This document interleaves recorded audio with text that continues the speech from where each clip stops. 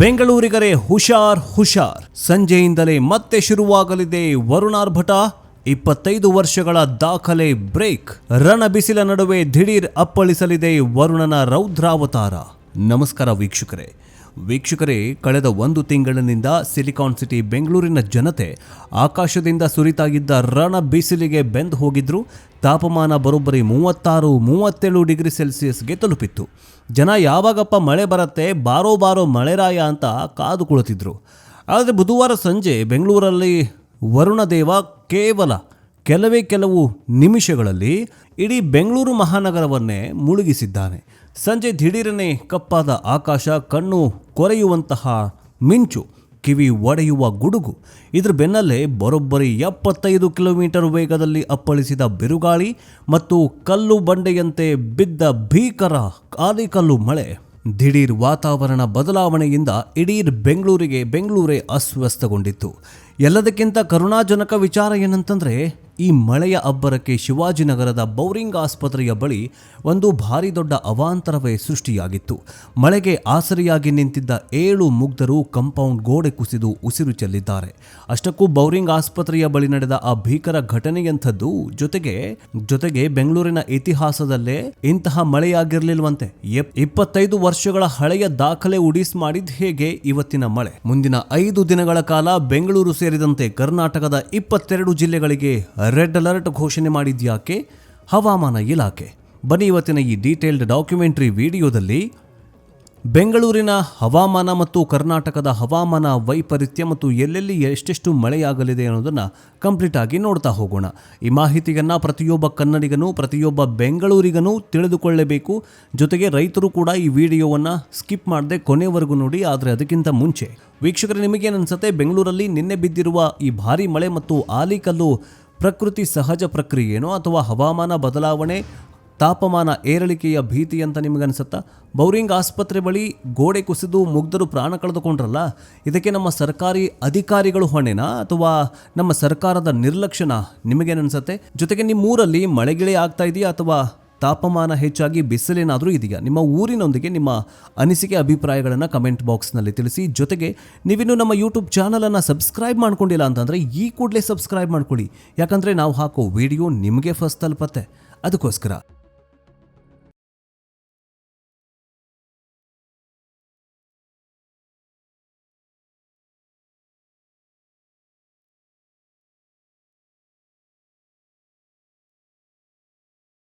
ವೀಕ್ಷಕರೇ, ನಾವು ಸಂಜೆ ಸುರಿದ ಮಳೆಯ ಅಂಕಿಅಂಶವನ್ನು ನೋಡಿದರೆ ನೀವೇ ಬೆಚ್ಚಿ ಬೀಳ್ತೀರಾ.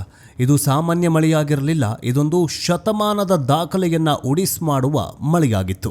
ಹವಾಮಾನ ಇಲಾಖೆಯ ಅಧಿಕೃತ ಮಾಹಿತಿಯ ಪ್ರಕಾರ ಬುಧವಾರ ಸಂಜೆ ಬೆಂಗಳೂರಿನ ನಗರ ವೀಕ್ಷಣಾಲಯದಲ್ಲಿ ಬರೋಬ್ಬರಿ 111.5 ಮಿಲಿಮೀಟರ್ನಷ್ಟು ಮಳೆ ದಾಖಲಾಗಿದೆ. ಏಪ್ರಿಲ್ ತಿಂಗಳಲ್ಲಿ ಸಾಮಾನ್ಯವಾಗಿ ಸುರಿಯುವ ಸರಾಸರಿ ಮಳೆ ಕೇವಲ 41 ಮಿಲಿಮೀಟರ್ನಷ್ಟು ಆದರೆ ನಿನ್ನೆ ಸುರಿದಂತಹ ಭಾರಿ ಮಳೆ 3 ಪಟ್ಟು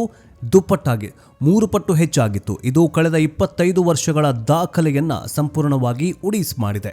ಇದಕ್ಕೂ ಮೊದಲು 2001ರಲ್ಲಿ ಏಪ್ರಿಲ್ 19ನೇ ತಾರೀಕು 108 ಮಿಲಿಮೀಟರ್ನಷ್ಟು ಮಳೆಯಾಗಿದ್ದು ಅದೇ ದೊಡ್ಡ ದಾಖಲೆಯಾಗಿತ್ತು. ಆದರೆ ಈಗ 111.5 ಮಿಲಿಮೀಟರ್ನಷ್ಟು ಮಳೆ ಸುರಿದು ದಾಖಲೆ ಉಡಿಸ್ ಮಾಡಿದೆ. 30 ನಿಮಿಷಗಳಲ್ಲಿ 78 ಮಿಲಿಮೀಟರ್ನಷ್ಟು ಮಳೆ.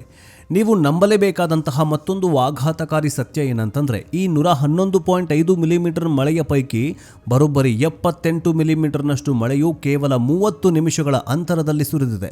ಅರ್ಧ ಗಂಟೆಯಲ್ಲಿ ಇಷ್ಟೊಂದು ದೊಡ್ಡ ಪ್ರಮಾಣದ ನೀರು ಆಕಾಶದಿಂದ ಧರೆಗುಳಿದ್ರೆ ಯಾವುದೇ ನಗರವಾದರೂ ಮುಳುಗೋದು ಗ್ಯಾರಂಟಿ. ಯಾವ್ಯಾವ ಏರಿಯಾಗಳಲ್ಲಿ ಎಷ್ಟೆಷ್ಟು ಮಳೆ ಬಿದ್ದಿದೆ ಗೊತ್ತಾ? ಕಾಟನ್ ಪೇಟೆ 71 ಮಿಲಿಮೀಟರ್ನಷ್ಟು ಮಳೆಯಾಗಿದ್ದರೆ ಚಾಮರಾಜಪೇಟೆಯಲ್ಲಿ 69.5 ಮಿಲಿಮೀಟರ್ನಷ್ಟು ಮಳೆ ಸುರಿದಿದೆ. ಬೊಮ್ಮನಹಳ್ಳಿಯಲ್ಲಿ 61.1 ಮಿಲಿಮೀಟರ್, ಪುಲಕೇಶಿನಗರದಲ್ಲಿ 59.5 ಮಿಲಿಮೀಟರ್ನಷ್ಟು ಮಳೆ ಸುರಿದಿದೆ. ಬೆಳಗ್ಗೆ 36 ಡಿಗ್ರಿ ಸೆಲ್ಸಿಯಸ್ ಬಿಸಿಲಿಗೆ ಸುಟ್ಟು ಹೋಗ್ತಾ ಇದ್ದ ಸಿಲಿಕಾನ್ ಸಿಟಿ ಸಂಜೆ ಮಳೆ ಸುರಿದ ತಕ್ಷಣ ಅಕ್ಷರಶಃ ಹಿಮದ ನಾಡಾಗಿ ಬದಲಾಯಿತು. ಹವಾಮಾನ ಇಲಾಖೆ ಮಾಹಿತಿಯ ಪ್ರಕಾರ ನಗರದ ಕನಿಷ್ಠ ತಾಪಮಾನ 18 ಡಿಗ್ರಿ ಸೆಲ್ಸಿಯಸ್ಗೆ ಕುಸಿದಿದೆ. MG ರೋಡ್, ಟ್ರಿನಿಟಿ ಸರ್ಕಲ್ ಭಾಗಗಳಲ್ಲಂತೂ ಆಲಿಕಲ್ಲುಗಳು ರಸ್ತೆ ಮೇಲೆ ಮಂಜುಗಡ್ಡೆಯಂತೆ ಶೇಖರಣೆಯಾಗಿ ಕಾಶ್ಮೀರದಂತೆ ಭಾಸವಾಗಿದೆ. ಈ ಮಳೆ ಕೇವಲ ಶಿವಾಜಿನಗರಕ್ಕೆ ಮಾತ್ರ ಸೀಮಿತವಾಗಿಲ್ಲ, ಇಡೀ ಬೆಂಗಳೂರನ್ನೇ ಅಕ್ಷರಶಃ ಮುಳುಗಿಸಿತ್ತು. ಹವಾಮಾನ ವರದಿಯ ಪ್ರಕಾರ ಮಳೆಯ ಸಮಯದಲ್ಲಿ ಗಂಟೆಗೆ 75 ಕಿಲೋಮೀಟರ್ ವೇಗದಲ್ಲಿ ಗಾಳಿ ಬೀಸಿದೆ. ಈ ಗಾಳಿಯ ರಭಸಕ್ಕೆ ಇಡೀ ನಗರದಲ್ಲಿ ಬರೋಬ್ಬರಿ 170 ಬೃಹತ್ ಮರಗಳು ಬೇರು ಸಹಿತ ಧರೆಗುರುಳಿವೆ. ಅಷ್ಟೇ ಅಲ್ಲ, 408ಕ್ಕೂ ಹೆಚ್ಚು ಮರದ ಕೊಂಬೆಗಳು ಮುರಿದು ಬಿದ್ದಿವೆ. ಮರಗಳು ಉರುಳಿ ಬಿದ್ದ ಪರಿಣಾಮ ರಸ್ತೆಗಳಲ್ಲಿ ಹೋಗ್ತಾ ಇದ್ದ ಎಷ್ಟೋ ಕಾರುಗಳು, ದ್ವಿಚಕ್ರ ವಾಹನಗಳು ಸಂಪೂರ್ಣವಾಗಿ ಜಖಂಗೊಂಡಿವೆ. ಹಲವು ಮನೆಗಳು ಕೂಡ ಮತ್ತು ವಾಣಿಜ್ಯ ಕಟ್ಟಡಗಳಿಗೂ ಕೂಡ ಹಾನಿಯಾಗಿದೆ. ಇನ್ನು ಕೇವಲ 30 ನಿಮಿಷದಲ್ಲಿ 78 ಮಿಲಿಮೀಟರ್ನಷ್ಟು ಮಳೆ ಸುರಿದಿರೋದನ್ನು ನೋಡಿ ಅನೇಕರು ಬೆಂಗಳೂರಲ್ಲಿ ಮೇಘಸ್ಫೋಟ, ಕ್ಲೌಡ್ ಬಸ್ಟ್ ಆಗಿದೆ ಅಂತ ಹೇಳುತ್ತಿದ್ದಾರೆ. ಹಾಗಾದರೆ ನಿನ್ನೆ ಸುರಿದ ಮಳೆಯಲ್ಲಿ ಕ್ಲೌಡ್ ಬಸ್ಟ್ ಆಯ್ತಾ? ಬೆಂಗಳೂರಲ್ಲಿ ಈ ಮೇಘಸ್ಫೋಟವಾಯ್ತಾ? ಹವಾಮಾನ ವರದಿ ಪ್ರಕಾರ ಮತ್ತು ಹವಾಮಾನ ತಜ್ಞರ ಪ್ರಕಾರ, ವಿಜ್ಞಾನಿಗಳ ಪ್ರಕಾರ ಆದರೆ ಮೇಘಸ್ಫೋಟದಷ್ಟೇ ಭೀಕರವಾದ ತೀವ್ರ ಗುಡುಗು ಸಹಿತ ಮಳೆ. ಹಾಗಾದ್ರೆ ವಿಜ್ಞಾನಿಗಳೇನು ಹೇಳ್ತಾರೆ? ಒಂದು ಮಳೆಯನ್ನ ಮೇಘಸ್ಫೋಟ ಅಂತ ಕರಿಬೇಕಾದ್ರೆ ಕೇವಲ 1 ಗಂಟೆಯ ಅವಧಿಯಲ್ಲಿ 100 ಮಿಲಿಮೀಟರ್ಗಿಂತಲೂ ಹೆಚ್ಚು ಮಳೆ ಸುರಿಬೇಕು. ಬೆಂಗಳೂರಲ್ಲಿ 24 ಗಂಟೆಯಲ್ಲಿ 111.5 ಮಿಲಿಮೀಟರ್ನಷ್ಟು ಮಳೆಯಾಗಿದೆ ಮತ್ತು 30 ನಿಮಿಷದಲ್ಲಿ 78 ಮಿಲಿಮೀಟರ್ನಷ್ಟು ಮಳೆಯಾಗಿದೆ. ಇದು ಮೇಘಸ್ಫೋಟದ ತೀವ್ರತೆಗೆ ತೀರಾ ಹತ್ತಿರದಲ್ಲಿತ್ತು. ವಿಜ್ಞಾನಿಗಳ ಪ್ರಕಾರ ಬಿಸಿಲ ಬೇಗೆಯಿಂದ ವಿಪರೀತ ತಾಪಮಾನ ಏರಿಕೆಯಾಗಿ ವಾತಾವರಣದಲ್ಲಿ ಅಸ್ಥಿರತೆ ಸೃಷ್ಟಿಯಾಗಿದೆ. ಇದಕ್ಕೆ ಬಂಗಾಳ ಕೊಲ್ಲಿಯಿಂದ ಬಂದ ತೇವಾಂಶ ಸೇರಿಕೊಂಡು ಬೃಹತ್ ಗಾತ್ರದ ಮೋಡ ಕವಿದ ವಾತಾವರಣ ಜೊತೆಗೆ ಮೋಡಗಳು ವೇಗವಾಗಿ ಬೆಳೆದು ಭಾರೀ ಪ್ರಮಾಣದಲ್ಲಿ ಮಳೆ ಸುರಿದಿದೆ ಅಂತ ವಿಜ್ಞಾನಿಗಳು ಹೇಳುತ್ತಿದ್ದಾರೆ. ಹವಾಮಾನ ಮುನ್ಸೂಚನೆ: ಮುಂದಿನ ದಿನಗಳಲ್ಲಿ ಹವಾಮಾನ ಹೇಗಿರಲಿದೆ ಅನ್ನೋದರ ಕುರಿತು ಭಾರತೀಯ ಹವಾಮಾನ ಇಲಾಖೆ ಮುನ್ಸೂಚನೆ ನೀಡಿದೆ. ಇನ್ನು ಮೇ 1ರವರೆಗೆ ಭಾರೀ ಪ್ರಮಾಣದಲ್ಲಿ ಮಳೆ ಸುರಿಯಲಿದ್ದು ಕೆಲವೊಂದಿಷ್ಟು ನಗರಗಳಿಗೆ ಮತ್ತು ಕೆಲವೊಂದಿಷ್ಟು ಜಿಲ್ಲೆಗಳಿಗೆ ಯೆಲ್ಲೋ ಅಲರ್ಟ್ ಘೋಷಣೆ ಮಾಡಿದೆ. ಕರಾವಳಿ ಭಾಗದಲ್ಲಿ ಕಾಸರಗೋಡು, ದಕ್ಷಿಣ ಕನ್ನಡ, ಉಡುಪಿ ಮತ್ತು ಉತ್ತರ ಕನ್ನಡ ಜಿಲ್ಲೆಗಳಲ್ಲಿ ಭಾರೀ ಪ್ರಮಾಣದಲ್ಲಿ ಮಳೆ ಸುರಿಯುವ ಸಾಧ್ಯತೆ ಇರುವುದರಿಂದಾಗಿ ಯೆಲ್ಲೋ ಅಲರ್ಟ್ ಘೋಷಣೆ ಮಾಡಲಾಗಿದೆ. ಜೊತೆಗೆ ಉತ್ತರ ಕನ್ನಡ ಜಿಲ್ಲೆ, ಬೆಳಗಾವಿ, ಧಾರವಾಡ ಗಡಿ ಪ್ರದೇಶಗಳಲ್ಲೂ ಸಂಜೆ ಗುಡುಗು ಸಹಿತ ಮಳೆಯಾಗುವ ಸಾಧ್ಯತೆ ಇರೋದ್ರಿಂದಾಗಿ ಮುಂದಿನ 3 ದಿನ ಈ ಭಾಗದಲ್ಲಿ ಮಳೆಯಾಗುವ ಎಚ್ಚರಿಕೆಯನ್ನು ನೀಡಲಾಗಿದೆ. ಮಲೆನಾಡಿನ ಕೊಡಗು, ಹಾಸನ, ಚಿಕ್ಕಮಗಳೂರು ಮತ್ತು ಶಿವಮೊಗ್ಗ ಜಿಲ್ಲೆಗಳಲ್ಲಿ ಸಂಜೆ ಮತ್ತು ರಾತ್ರಿ ವೇಳೆ ಗುಡುಗು ಸಹಿತ ಭಾರೀ ಪ್ರಮಾಣದಲ್ಲಿ ಮಳೆ ಸುರಿಯುವ ಸಾಧ್ಯತೆ ಇದೆ. ಮುಂದಿನ 3 ದಿನಗಳವರೆಗೂ ಮಲೆನಾಡಲ್ಲಿ ಮಳೆ ಮುಂದುವರಿಯುವ ಲಕ್ಷಣಗಳು ಸ್ಪಷ್ಟವಾಗಿ ಇದ್ದಾವೆ. ಇನ್ನು ಉತ್ತರ ಒಳನಾಡಿನ ಬೆಳಗಾವಿ, ಧಾರವಾಡ, ಹಾವೇರಿ, ಗದಗ ಮತ್ತು ಬಳ್ಳಾರಿ ಜಿಲ್ಲೆಗಳಲ್ಲಿ ಸಂಜೆ ಗುಡುಗು ಸಹಿತ ಸಾಮಾನ್ಯ ಮಳೆಯ ನಿರೀಕ್ಷೆಯನ್ನ ಮಾಡಲಾಗಿದ್ದು, ಉಳಿದ ಜಿಲ್ಲೆಗಳಲ್ಲಿ ಬಿಸಿಲು ಮತ್ತು ಮೋಡ ಕವಿದ ವಾತಾವರಣ ಇರಲಿದೆ. ಆದರೆ ಬೆಳಗಾವಿ, ಧಾರವಾಡ, ಹಾವೇರಿ, ಗದಗ ಜಿಲ್ಲೆಗಳಲ್ಲಿ ಭಾರೀ ಪ್ರಮಾಣದಲ್ಲಿ ಮಳೆ ಸುರಿಯುವ ಸಾಧ್ಯತೆ ಇದೆ. ಇನ್ನು ದಾವಣಗೆರೆ, ವಿಜಯನಗರ, ಚಿತ್ರದುರ್ಗ, ತುಮಕೂರು ಮತ್ತು ಚಿಕ್ಕಬಳ್ಳಾಪುರ ಜಿಲ್ಲೆಗಳಲ್ಲಿ ಸಂಜೆ ಮತ್ತು ರಾತ್ರಿ ಗುಡುಗು ಸಹಿತ ಸಾಮಾನ್ಯ ಮಳೆ ಬೀಳಲಿದ್ದು, ಗಾಳಿಯ ಒತ್ತಡ ಹೆಚ್ಚಾದಲ್ಲಿ ಮೈಸೂರು, ಮಂಡ್ಯ, ರಾಮನಗರ, ಬೆಂಗಳೂರು ಜಿಲ್ಲೆಗಳಲ್ಲೂ ಕೂಡ ಮಳೆ ಬೀಳೋ ಸಾಧ್ಯತೆ ಇದೆ ಅಂತ ಹವಾಮಾನ ಇಲಾಖೆ ಎಚ್ಚರಿಕೆಯನ್ನು ಕೊಟ್ಟಿದೆ. ಒಟ್ಟಾರೆಯಾಗಿ ಹೇಳೋದಾದರೆ ಬೆಂಗಳೂರಿನ ಈ ಮಳೆ ನಮಗೆ 2 ಸ್ಪಷ್ಟ ಪಾಠವನ್ನು ಕಲಿಸಿಕೊಟ್ಟಿದೆ. ಒಂದು, ಗ್ಲೋಬಲ್ ವಾರ್ಮಿಂಗ್ ಜೊತೆಗೆ ಹವಾಮಾನ ಬದಲಾವಣೆ ಎನ್ನುವುದು ಕೇವಲ ಭಾಷಣದ ಟಾಪಿಕ್ ಅಲ್ಲ, ಅದು ನಮ್ಮ ಮನೆ ಬಾಗಿಲಿಗೆ ಬಂದು ನಿಂತಿರುವ ಕಠೋರ ಸತ್ಯ. 2, ನಮ್ಮ ನಗರದ ಮೂಲ ಸೌಕರ್ಯ, ಚರಂಡಿ ವ್ಯವಸ್ಥೆ ಮತ್ತು ಹಳೆ ಕಟ್ಟಡಗಳ ನಿರ್ವಹಣೆ ಎಷ್ಟರ ಮಟ್ಟಿಗೆ ಕಳಪೆಯಾಗಿದೆ ಎನ್ನುವುದು ಇಲ್ಲಿ ನಮಗೆ ಗೊತ್ತಾಗುತ್ತೆ. ಬೌರಿಂಗ್ ಆಸ್ಪತ್ರೆಯ ಬಳಿ ಕಾಂಪೌಂಡ್ ಕುಸಿದು ಪ್ರಾಣ ಕಳೆದುಕೊಂಡ ಆ ಮುಗ್ಧರ ಕಣ್ಣೀರು ನಮ್ಮ ಬಿಬಿಎಂಪಿ ಮತ್ತು ಆಡಳಿತ ವ್ಯವಸ್ಥೆಗೆ ಎಚ್ಚರಿಕೆ ಗರೆಗಂಟೆಯಾಗಿದೆ.